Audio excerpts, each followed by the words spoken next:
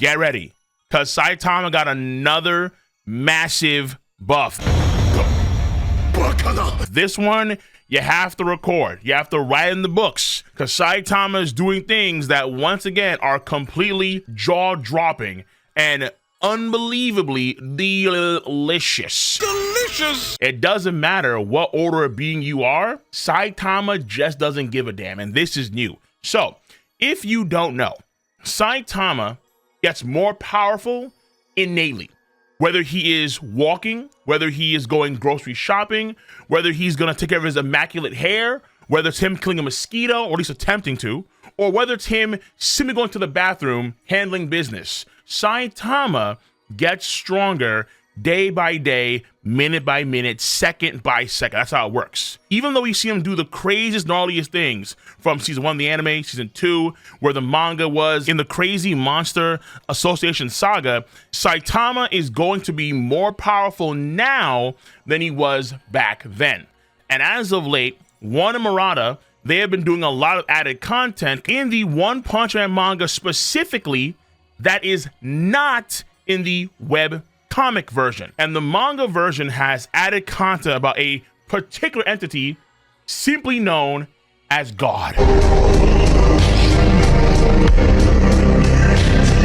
God was unbelievable in the Monster Association saga, and even giving Garo one of the coolest forms we have seen in manga history. Cosmic Fear Garo. But it's been some time since that arc, and now God has been reintroduced in the current situation in One Punch Man through another avatar called Empty Void, the former sidekick slash ally of Blast. But Empty Void has gone astray and has been manipulated by the powers of the big G-O-D. In the story before these chapters, it was unclear if Saitama could operate on a specifically a higher order. As a gag character, you would assume easily yes, but in principle, we needed some actual hard evidence to validate if that was the case, if that was possible. We have seen Saitama in the past do things like enter a mental spiritual space physically when Phoenix Man was talking to Child Emperor in the space that only belongs to comic suit wearers. But he kind of visually saw slash heard what they could have been saying in a mental spiritual space, and his physical body, maybe his spiritual body, maybe his mental body, we're not too sure. It just kind of happened because that's what he does, gag character. He just went in there, boom, I don't care. And then before Garo became what he was, Cosmic Fear Garo, we did see the footprints of the big G-O-D kind of touch down on the planet, but Saitama himself couldn't perceive those footprints of God. All we did see were these crazy, huge storms that made absolutely no sense in terms of their structure, but they were damn cool. Woo! They were freaking cool, undeniably. And even after the fight against Garo, we never really saw Saitama really do anything on a higher order, per se. Even going back in time with the time-traveling twerk, no. Now, you could argue easily that Saitama doing the time-traveling is a higher order thing to do, but nowhere near as concrete as what we saw recently. But Empty Void's interactions with Saitama have changed that massively. And the key thing here all stems from the fact that Empty Void is allowed to enter God's dimension. And not just enter it, but also interact with lower dimensions while being on a higher dimension. And this all started in the redrawn chapters for One Punch Man, where Blast goes to the New Hero Association, and then while he's there, he does sense the attack of Empty Void from a higher dimension before the attack hits. He actually takes the entire association and he black hole teleports it to safety, while Empty Void does a thing called the Dimensional Blade, the Dimensional Slash, and then he reconstitutes the entire association back to its original spot. Then the next chapter, Blast explains to Flashy Flash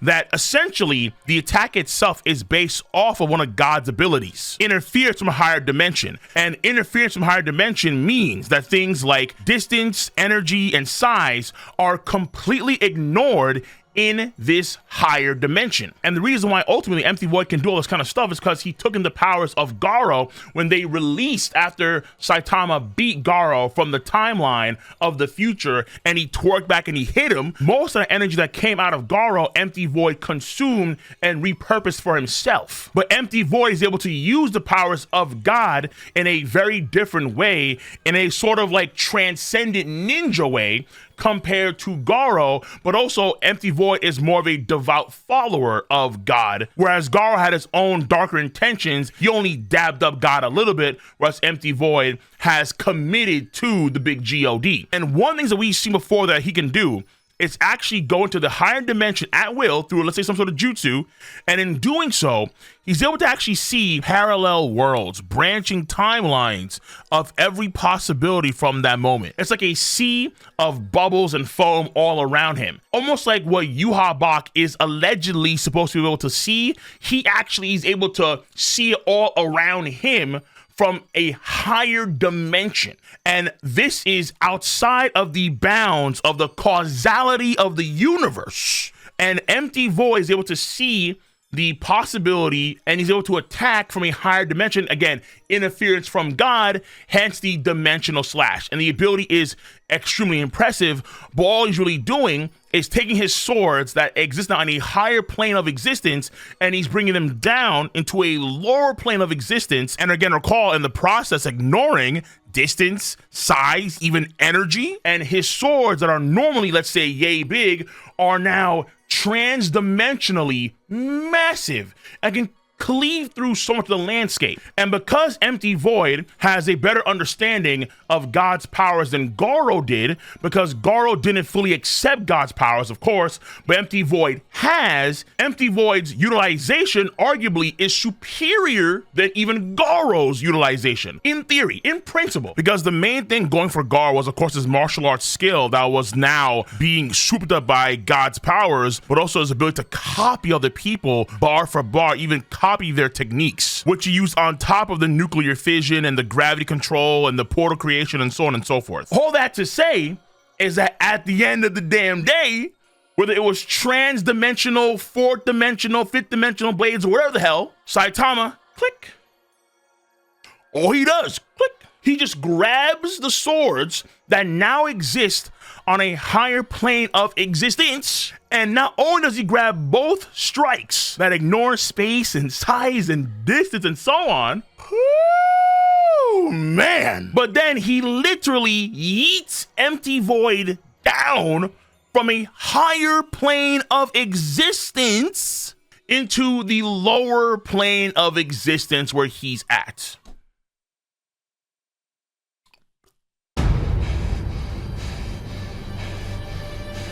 That sounds like some Sinbad activity. Sinbad from Magi. If you've ever seen the Magi anime, a very good anime for damn sure, but the manga gets even crazier. Oh, the manga gets unbelievably crazier.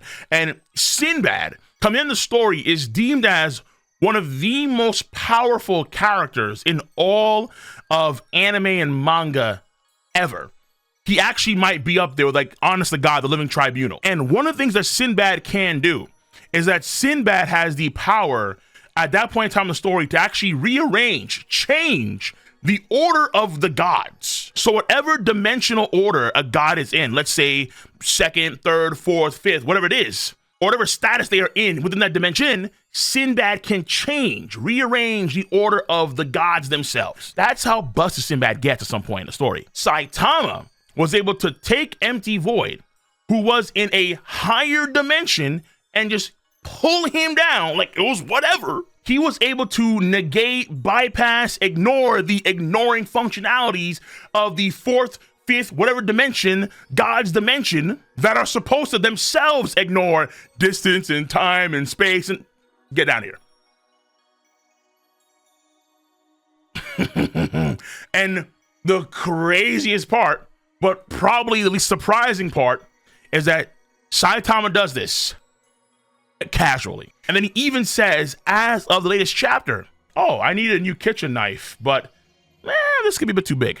The Saitama shenanigans don't stop. but they are absolutely, positively entertaining shenanigans. And it looks like Saitama's ability to get stronger and stronger. Wherever his ceiling is, it's hard to really say. In principle, in theory, he has really no ceiling. And if he is getting stronger and stronger, it's like timesing infinity onto itself. Even if you are a higher order dimensional being, you want to mess around with Saitama, you're getting caught and then you're getting yeeted down from your higher plane of existence. That's like taking Darkseid in his higher dimension, wherever the hell, in DC, and just forcing him down into the lower plane of existence because you just want to. There's Saitama for you. And mind you, this man, Empty Void, is able to see all the possible outcomes, allegedly, all the possible outcomes of the parallel worlds around him while he's in this higher dimension. He didn't see Saitama pull that one off. No, he did not. Woo! So Saitama just continues to be phenomenal, entertaining, and unbelievably broken. Keep your eye on the One Punch Man manga specifically, because the manga is doing things different from the webcomic. Also about Blast and Empty Void, as far as I know, it's not. It is not in the webcomic, but it's here in the manga, and it's fantastic. But let me know your stance on the subject matter at hand. If you enjoy your boys' video content, give a thumbs up, subscribe to the channel, click on that bell to join the notification squad. Happy holidays, happy New Year's. I'm gonna catch you guys and gals on the flip side. See you. Bye bye.